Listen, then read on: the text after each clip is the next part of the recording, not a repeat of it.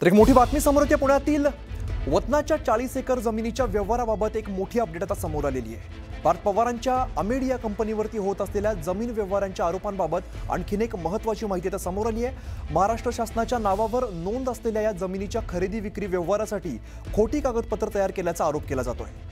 बनावट कागदपत्र तयार करून जमिनीचा व्यवहार झालाय का, तसंच कोणी हे जमिनीची बोगस कागदपत्र तयार केली आहेत किंवा 2014 ला कोर्टाने तेजवानी मूळ मालकांचा दावा जो आहे तो फेटाळलेला आहे।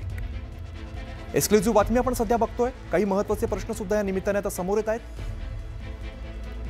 जमीन व्यवहाराच्या आरोपांबाबत आता एक महत्त्वाची माहिती समोर येते। महाराष्ट्र शासनाच्या नावावर नोंद असलेल्या जमिनीच्या खरेदी विक्री व्यवहारासाठी खोटी कागदपत्र तयार केल्याचा आरोप केला जातोय।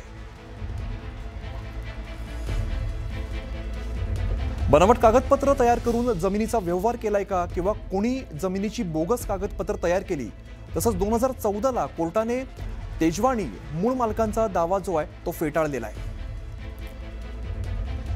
त्यामुळे बनावट कागदपत्र तयार करत जमिनीचा व्यवहार झालाय का असा सवाल उपस्थित केला जातोय।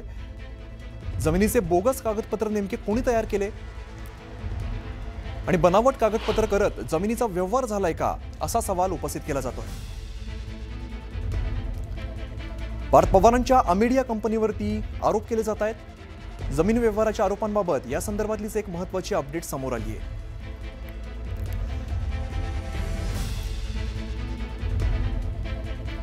दरम्यान या संदर्भामध्ये कागदपत्रांचा फेरफार झालाय का किंवा शासनाची दिशाभूल झाली आहे का असा सवाल सुद्धा उपस्थित केला जातोय। कारण 7/12 महाराष्ट्र शासन नोंद आहे, व्यवहार अशक्य आहे। 2038 पर्यंत पुणे बॉटनिकल गार्डनची भाडेपट्टीवरती करार झालेला आहे। तर मूळ मालकांच्या वारसांचा विभागीय आयुक्तांकडे अर्ज बघायला मिळतोय। तसंच जमिनीच्या मालकीसाठीचा अर्ज विभागीय आयुक्तांनी फेटाळलेला आहे। तसंच 2013 मध्ये तत्कालीन महसूल मंत्री बाळासाहेब थोरातांकडे दाद मागण्यात आलेली होती। थोरातांनी मूळ मालकांचं अपील फेटाळलंय आणि 2014 मध्ये मूळ मालकांच्या वतीने पॅरामाउंटच्या शीतल तेजवानी हे कोर्टात त्यांनी धाव घेतलेली आहे। तर उच्च न्यायालयानं सुद्धा मूळ मालकांचा दावा फेटाळलेला आहे।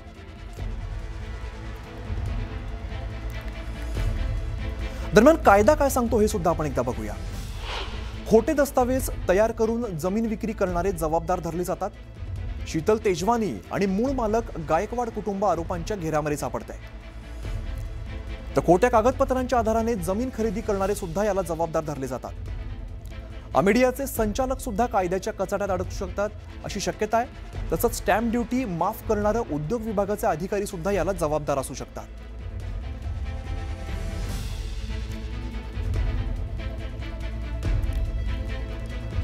तर बनावट कागदपत्र तयार करून जमिनीचा व्यवहार करण्यात आलाय का असा सवाल या निमित्ताने उपस्थित केला जातोय।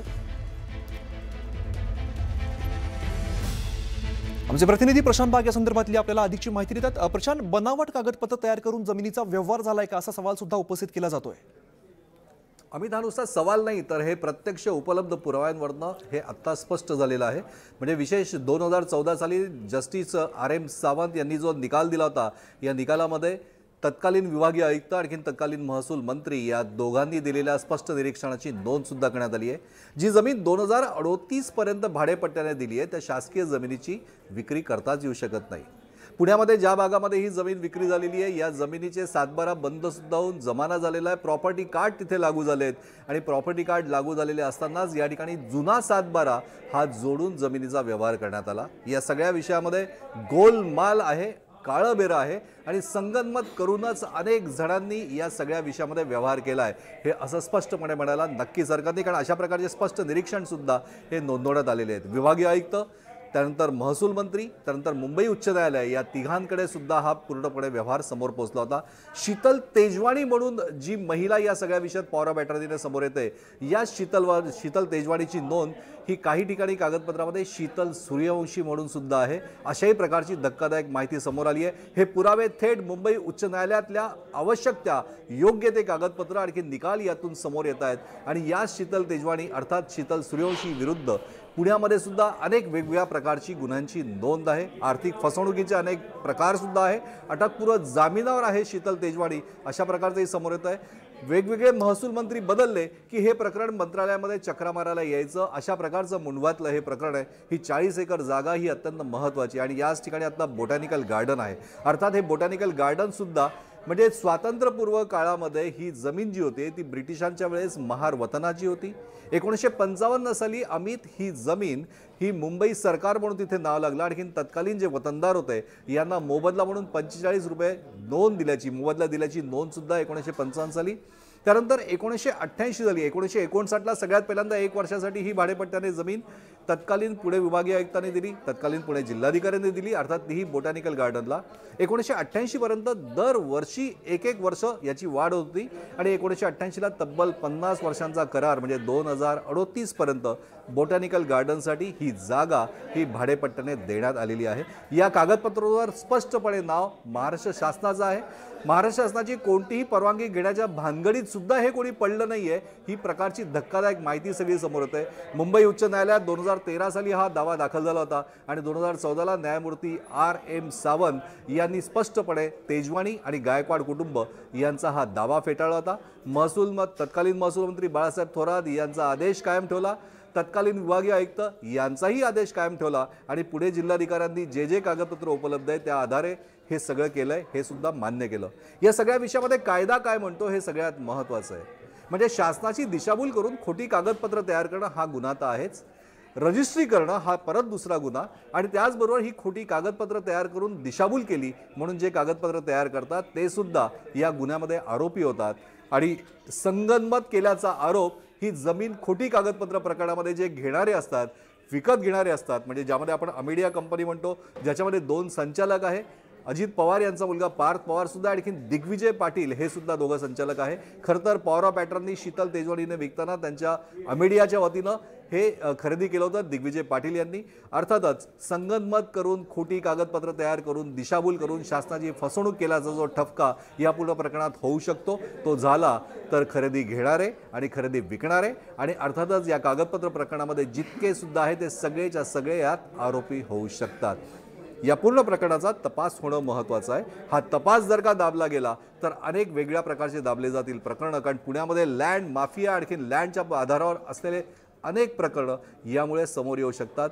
शीतल तेजवानी उर्फ शीतल सूर्यवंशी हिची ज्यावेळेस आपण कुंडली बघतो तर अनेक वेगळ्या प्रकारचे आर्थिक घोटाळ्यांचा आरोप सुद्धा त्याच्यावर आहे. पिंपरी चिंचवडच्या सेवा विकास बँकेच्या माध्यमातून 19 कोटी रुपयांची फसवणूक केल्याचं प्रकरण आहे. 2015 साली नरान्ना यांना मारहाण केल्याचा एक आक्षेप आहे. असे अनेक वेगवेगळ्या कागदपत्र किंवा गुन्ह्यांची नोंद समोर येते. हे प्रकरण हॅबिच्युअल आहेत का किंवा या प्रकरणाच्या माध्यमातून जमिनीची खोटी कागदपत्र तयार करणारा एक रॅकेट आहे का हा सुद्धा प्रश्न नक्कीच उपस्थित झाला. कारण या प्रकरणामध्ये याची व्याप्ती जी फक्त समोर नावं येत आहेत तेवढीच नसावी तर या प्रकरणामध्ये अनेक वेगवेगळ्या प्रकारची नावं समोर येत आहेत. अमेडिया कंपनी अर्थात हे सुद्धा ज्यांचा प्रभाव आहे अशाच लोकांबरोबर डील करण्यासाठी हे पाऊल पुढे टाकत असतात.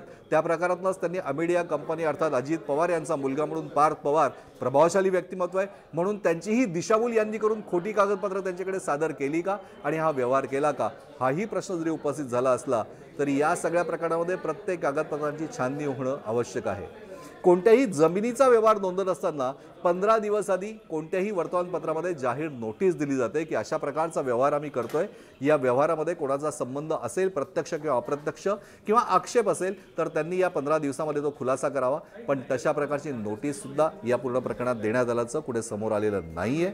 दुय्यम निबंधक एकच व्यक्ती फक्त जबाबदार धरून जर त्याला निलंबित केलं जात असेल तर या प्रकरणाला गुंडाळण्याचा हा प्रकार होऊ शकतोय का असाही आरोप या प्रकरणात होऊ शकतो. कारण दुय्यम निबंधक हा एकमेव यातला दोषी नक्कीच असू शकत नाही. शासनाची दिशाभूल करणारी खोटी कागदपत्र तयार करणं ती सादर करणं हा सगळा मोठा गैरव्यवहार या प्रकरणात नक्कीच आहे. या विषयामध्ये येत्या दिवसामध्ये अधिक गदारोळ होईल. अजित पवार सुद्धा म्हणालेत की उद्या यावर पूर्ण खुलासा जरी ते करणार असेल तरी 1 लाख रुपये ज्या कंपनीचं भाग भांडवल आहे त्या कंपनीने 300 कोटी रुपये हे दिले कुठून हे व्यवहार करण्यासाठी हाही प्रश्न महत्त्वाचा आहे. 300 कोटी रुपये कोणी कोणाच्या वैयक्तिक खात्यातनं दिले का. आज सकाळी एकनाथ खडसे यांनी आपल्याशी बोलताना हा अत्यंत गंभीर आरोप सुद्धा केला होता की it is a matter of office of profit आणि याचमुळे प्रत्यक्ष किंवा अप्रत्यक्ष फायदा कोणाला माझ्याकडनं होणार नाही ही जी शपथ मंत्री म्हणून ज्यावेळेस एखादा व्यक्ती घेतो तर त्याचं हे उल्लंघन झालं आहे का अशा प्रकारची शंका त्यांनी उपस्थित केली आहे. या घेऱ्यात सुद्धा अजित पवार येत आहेत का. अजित पवार यांनी जरी हाच खुलासा केला असला तर या पूर्ण प्रकरणामधली काळं बेरं जी पूर्ण कागदपत्रांची जंत्री समोर येत आहे, मुंबई उच्च न्यायालयाचा आदेश समोर येतोय, 2013 सालीचा महसूल मंत्र्यांचा आदेश येतोय, 2011 सालीचा विभागीय आयुक्त पुणे यांचा आदेश येतोय, 2010चा तत्कालीन जिल्हाधिकारी पुणे यांचा आदेश येतोय, या सगळ्या कागदपत्रांचे पुरावे जे सगळे समोर आहेत आणि दुय्यम निबंधक यांनी पूर्ण या प्रकरणामध्ये जी मंजुरी दिली, पण या सगळ्या विषयामध्ये कागदपत्र तयार करणारे, त्या आधारे विकत घेणारे हे सुद्धा दोषी नक्कीच असू शकतात. कायदा अर्थात असाच म्हणतो. अमित. प्रशांत, आणखीन एक महत्त्वाचा प्रश्न खरं तर या निमित्ताने उपस्थित होतो, म्हणजे पार्थ पवारांची जी कंपनी आहे अमेडिया कंपनी, त्यावरती काही कारवाई होऊ शकते का, किंवा पार्थ पवारांच्या अडचणीत अजून वाढ होऊ शकते का? अमेडिया कंपनीवर कारवाई होऊ शकते का हा प्रश्न दुय्यम ठरतो. त्याचं कारण असं आहे की ही कंपनी रीतसर नियमानुसार नोंद केली गेलेली आहे. याचे रीतसर नियमानुसार 1 लाख रुपये भागभांडवल आहे. पण या विषयामध्ये अमेडियामध्ये 300 कोटी आले कुठून हा प्रश्न सगळ्यात महत्त्वाचा आहे. म्हणजे 300 कोटी कोणी अनसिक्युअर्ड लोन दिलंय का? जर का या प्रकरणामध्ये या जमीन खरेदी करण्यासाठी एखाद्या बँकेनं लोन दिलं असेल तर खूप मोठा आर्थिक घोटाळा प्रभावाच्या माध्यमातून अमेडिया कंपनीकडनं केलाय हा प्रकारचा नवा आरोप होऊ शकतो. 10 कोटी रुपयावरचं कोणतेही प्रकरण असेल तर EOW आणि ED या दोघांची एंट्री याच्यात होऊ शकते आणि अर्थातच चौकशीचा ससेमिरा लागू शकतो. कारण शेवटी 300 कोटीचा गोलमाल हा नेमका काय आहे हा स्पष्टपणे त्यांना पुरावा समोर आणावाच लागेल. कारण 300 कोटी रुपये या प्रकरणामध्ये जर का 1 लाख रुपये भागभांडवल त्या कंपनीचं आहे तर मग 300 कोटी आले कुठनं?